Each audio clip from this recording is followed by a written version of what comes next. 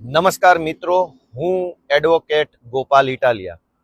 ગઈકાલે આખા ગુજરાતે જોયું કે રાજપીપળાની અદાલતની બહાર શું બન્યું.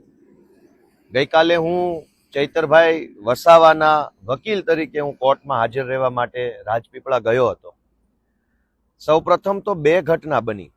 એક કે જ્યારે હું નર્મદા જિલ્લાની હદમાં પ્રવેશતો હતો ત્યારે મારી પાછળ એક કાળા કાચવાળી એક ફોર વ્હીલર આવી અને મારી ગાડીની આગળ ગાડી ઊભી રાખી દીધી. અંદરથી પોલીસ ઉતર્યા અને મને કીધું કે તમને આગળ નહીં જવા દેવા માટેની સૂચના છે, એટલે હવે તમારે અહીંયા રોકાઈ જવાનું છે.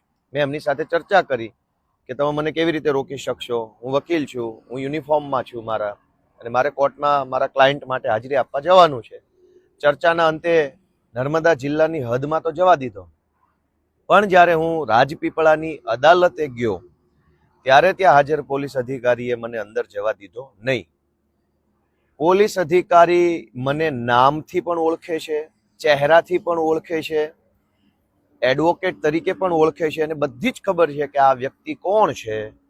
તેમ છતાંય માત્ર એને જે કાંઈ ઉપરથી સૂચના મળી હોય અથવા ન મળી હોય તેના કારણે એમણે મને રોકવાનું ગેરકાયદેસરનું કૃત્ય કર્યું છે. મેં એમને ખૂબ આજીજી કરી કે તમે મને રોકી શકશો નહીં, અદાલત એક જાહેર જગ્યા છે. વકીલ જે છે એ કોર્ટ ઓફિસર તરીકે ક્યારેય પણ કોર્ટમાં જવા માટે એને હક મળેલો છે અને રાઇટ ટુ રિપ્રેઝેન્ટ મારે મારા ક્લાયન્ટને અદાલતની સમક્ષ રિપ્રેઝેન્ટ કરવો એ મારો બંધારણીય અધિકાર છે, કાયદાકીય અધિકાર છે. આ બધી જ વસ્તુ પોલીસને ખબર હોવા છતાંય પોલીસે કાલે મને રોક્યો, અને મને નહીં, આ સિવાય અન્ય બીજા વકીલને પણ પોલીસે રોકવાનું કામ કર્યું. અદાલતના દરવાજા બંધ કરી દીધા. બીજા વકીલે તો દંડવત પ્રણામ કર્યા, ત્યારે માંડમાં એમને જવા દીધા.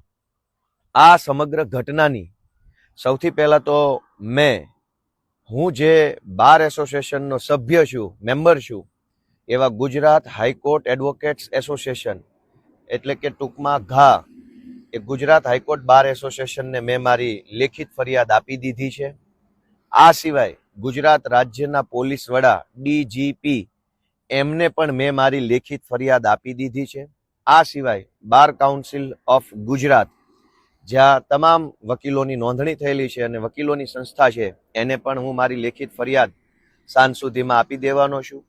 બાર કાઉન્સિલ ઓફ ઇન્ડિયા, એને પણ હું મારી લેખિત ફરિયાદ આજ સાંજ સુધીમાં હું આપી દેવાનો છું. એટલે કે મેં high court advocate association, bar council of Gujarat, bar council of India અને ગુજરાતના મુખ્ય પોલીસ અધિકારી, આ તમામને લેખિતમાં ફરિયાદ કરી છે કે પોલીસે એક વકીલને અદાલતની અંદર જતા રોકીને અદાલતના દરવાજાઓ બંધ કરીને ગેરકાયદેસરનું કૃત્ય કર્યું છે. એની ઉપર કડકમાં કડક પગલાં લેવા જોઈએ, આવી મારી માંગણી છે. આ માંગણીની અંદર મને જો યોગ્ય ન્યાય નહીં મળે, યોગ્ય કાર્યવાહી નહીં થાય, તો હું એના પછીના તબક્કામાં હાઈકોર્ટ સમક્ષ પણ જઈશ, સુપ્રીમ કોર્ટ સમક્ષ પણ જઈશ. કન્ટેમ્પ્ટની કોઈ કાર્યવાહી કરવી પડે તો એ પણ કરીશું. જે કાંઈ પ્રોસેસ કરવી પડે તમામ પ્રોસેસ કરીને પણ, કેમ કે આ પ્રશ્ન ગોપાલ ઇટાલિયાનો વ્યક્તિગત પ્રશ્ન નથી, પણ ધારાસભ્ય લેવલના વ્યક્તિને એડવોકેટ છે એવું જાણવા છતાંય જો પોલીસ આટલી હદે દાદાગીરી કરે તો સામાન્ય વકીલોની સાથે પોલીસ શું વર્તન કરશે, એ વાત આપણે સૌએ વિચારવાની છે. હું ગુજરાતભરના તમામ તાલુકા બાર એસોસિએશન, જિલ્લા બાર એસોસિએશન, સૌને હું બે હાથ જોડીને વિનંતી કરું છું કે જો શક્ય હોય તો, આઈ રિપીટ, કે જો શક્ય હોય તો આ પ્રશ્ન ગોપાલ ઇટાલિયાનો નથી, પણ જો ગોપાલ ઇટાલિયા ધારાસભ્ય હોવા છતાંય જો એની સાથે પોલીસ આવું વર્તન, વકીલ સાથે આવું કરે, તો અન્ય વકીલો સાથે પોલીસ શું વર્તન કરશે, એ વાતની ચિંતા વ્યક્ત કરવા માટે થઈ ગુજરાતના તમામ જિલ્લાના બાર અથવા તમામ તાલુકાના બાર, જે બાર એસોસિએશન, કેમ કે બારની અંદર પણ એવું બની શકે કે ઘણી વખત અલગ અલગ રાજકીય વિચારધારા સાથે જોડાયેલા વ્યક્તિઓ બારનું સંચાલન કરતા હોય છે. એટલે મારી વિનંતી છે કે વકીલોના હિતમાં, વકીલોની સાથે પોલીસ દ્વારા અન્યાય અત્યાચાર ન થાય એ માટે બાર એસોસિએશન જે છે એ કોઈક નિર્ણય લે, કોઈ રિપ્રેઝન્ટેશન આપે બાર કાઉન્સિલ ઓફ ગુજરાતને.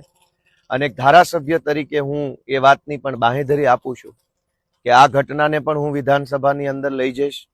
પોલીસે જે કાંઈ પણ ખોટું ગેરકાયદેસરનું કામ કર્યું છે અને વિધાનસભાના માધ્યમથી હું સરકાર સુધી પહોંચાડીશ અને ભવિષ્યમાં ગુજરાતભરના વકીલોને જે સમસ્યાઓ છે, જે તકલીફો છે, વકીલોના પ્રશ્નો છે, વકીલોની પણ કોઈ રજૂઆત હશે તો વિવિધ જિલ્લા કે તાલુકા બાર એસોસિએશન સાથે સંકલન રાખી ગુજરાતના તમામ વકીલો વતી, વકીલો માટે, વકીલોના પ્રશ્નો વિધાનસભા સુધી પહોંચાડવાની પણ હું આ તબક્કે બાહેધરી આપું છું. દોસ્તો, ગઈકાલે જે ઘટના બની છે એ સદંતર લોકશાહીનું હનન છે, સંવિધાનનું અપમાન છે.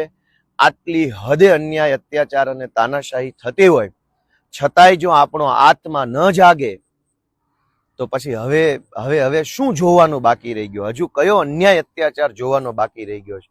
મારી ગુજરાતના સૌ લોકોને, મારા વકીલ વડીલોને બે હાથ જોડીને વિનંતી છે કે પોતાનો આત્મા જગાડો. તમારા આત્માને પૂછો કે શું આ યોગ્ય છે, શું આ વ્યાજબી છે.